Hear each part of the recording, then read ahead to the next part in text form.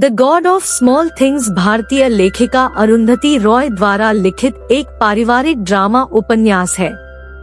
रॉय का पहला उपन्यास जुड़वा भाइयों के बचपन के अनुभवों के बारे में एक कहानी है, जिनका जीवन 1960 के दशक के केरल, भारत में प्रचलित प्रेम कानूनों द्वारा नष्ट कर दिया गया है। उपन्यास यह बताता है कि कैसे छोटी प्रतीत होने वाली महत्वहीन घटनाएं, निर्णय और अनुभव लोगों के व्यवहार को गहरे महत्वपूर्ण तरीकों से आकार देते हैं। यह उपन्यास भारत में जातिवाद के लंबे समय से चले आ रहे प्रभावों का भी पता लगाता है और भारत में ब्रिटिश उपनिवेशवाद की सांस्कृतिक रूप से विशिष्ट आलोचना करता है। इसने 1997 में बुकर पुरस्कार जीता। The God of small things Roy की पहली किताब थी, जो 1997 में प्रकाशित हुई थी। इसके 20 साल बाद 2017 में the ministry of utmost happiness का प्रकाशन हुआ। रॉय ने 1992 में the God of small things के लिए पांडुलिपि लिखना शुरू किया और 4 साल बाद 1996 में समाप्त किया, जिससे अगले वर्ष इसका प्रकाशन हुआ। कहानी की क्षमता को सबसे पहले हार्पर कॉलिंस के संपादक पंकज मिश्रा ने पहचाना, जिन्होंने इसे 3 ब्रिटिश प्रकाशकों को भेजा। रॉय को 500,000 की अग्रिम राशि प्राप्त हुई और पुस्तक के अधिकार 21 देशों में बेचे गए। कहानी भारत के केरल में कोट्टायम जिले के हिस्से आयमनम पर आधारित है।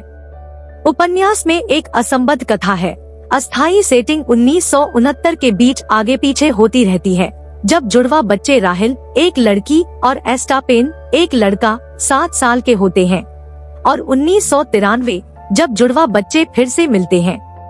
जुड़वा बच्चों की मां अम्मू इपे अपने गुस्सैल पिता बेनन जॉन इपे, जिन्हें पप्पाची के नाम से जाना जाता है, और अपनी कड़वी, लंबे समय से पीड़ित मां, जिन्हें मम्माची के नाम से जाना जाता है, से बचने के लिए बेताब है।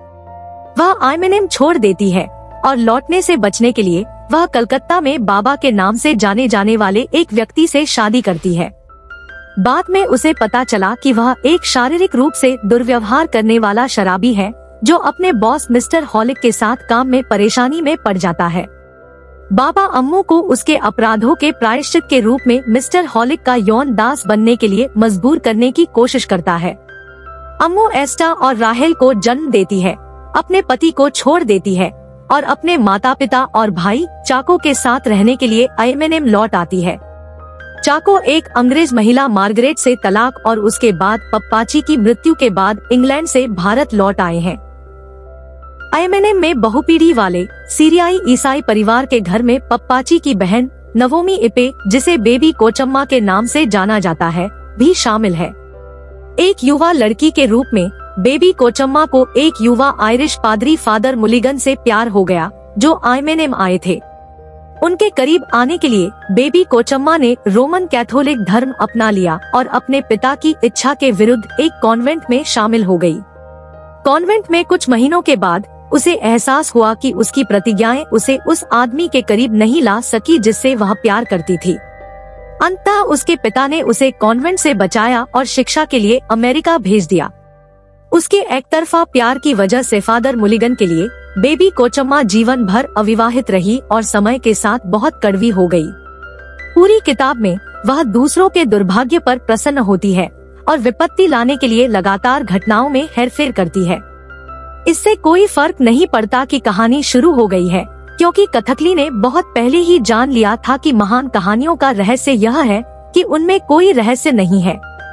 महान कहानियाँ वे हैं जिन्हें आपने सुना है और दोबारा सुनना चाहते हैं, जिन्हें आप कहीं भी घुसकर आराम से रह सकते हैं। वे आपको रोमांच और चालाक अंत से धोखा नहीं देते। छोटी चीजों का देवता। एक कार दुर्घटना में मार्गरेट के दूसरे पति जो की मौत ने चाको को उसे और उनकी बेटी सोफी को आयमनम में क्रिसमस मनाने के लिए आमंत्रित करने के लिए प्रेरित किया। मार्गरेट और सोफी को लेने के लिए हवाई अड्डे की सड़क पर परिवार एक थिएटर का दौरा करता है और रास्ते में उनका सामना कम्युनिस्ट प्रदर्शनकारियों के एक समूह से होता है, जो कार को घेर लेते हैं और बेबी कोचम्मा को अपमानित करते हैं। राहेल सोचती है कि वह प्रदर्शनकारियों के बीच वेलुथा को देखती है, जो एक नौकर है जो परिवार की अचार factory paradise pickles and preserve के लिए काम करता है और मम्माची के लिए अतिरिक्त काम करता है। बाद में थिएटर में स्नैक काउंटर पर काम करने वाले विक्रेता orange drink lemon drink man द्वारा एस्टा का यौन उत्पीड़न किया जाता है। एस्टा का दर्दनाक अनुभव कथा के केंद्र में दुखद घटनाओं को दर्शाता है। राहेल का यह दावा कि उसने वेलुथा को कम्युनिस्ट भीड़ में देखा था, बेबी कोचम्मा को प्रदर्शनकारियों के हाथों अपने अपमान के साथ वेलुथा को जोड़ने का कारण बनता है और वह उसके प्रति शत्रुता रखने लगती है। राहेल और एस्था वेलुथा के साथ एक अप्रत्याशित बंधन बनाते हैं और उससे प्यार करने लगते हैं। अम्मू जल्द ही वेलुथा की ओर आकर्षित हो जाता है, मुख्य रूप से उसके बच्चों के उसके प्रति प्यार के कारण, और अंततः वे एक अल्पकालिक रोमांटिक संबंध शुरू करते हैं। वेलुथा एक अछूत सबसे निचली जाति है, जिसका अर्थ है कि अम्मू के साथ उसका रोमांस वर्जित है और परिवार के लिए त्रासदी में परिणत होता है। जब वेलुथा के पिता वेलुथा पापेन द्वारा वेलुथा के साथ उसके रिश्ते का खुलासा किया जाता है, तो अम्मू को उसके कमरे में बंद कर दिया जाता है और वेलुथा को निर्वासित कर दिया जाता है। गुस्से में अम्मू अपने दुर्भाग्य के लिए जुड़वा बच्चों को दोषी ठहराती है और उन्हें उसके गले में चक्की का पत्थर कहती है। परेशान होकर एस्टा और राहेल भागने का फैसला करते हैं।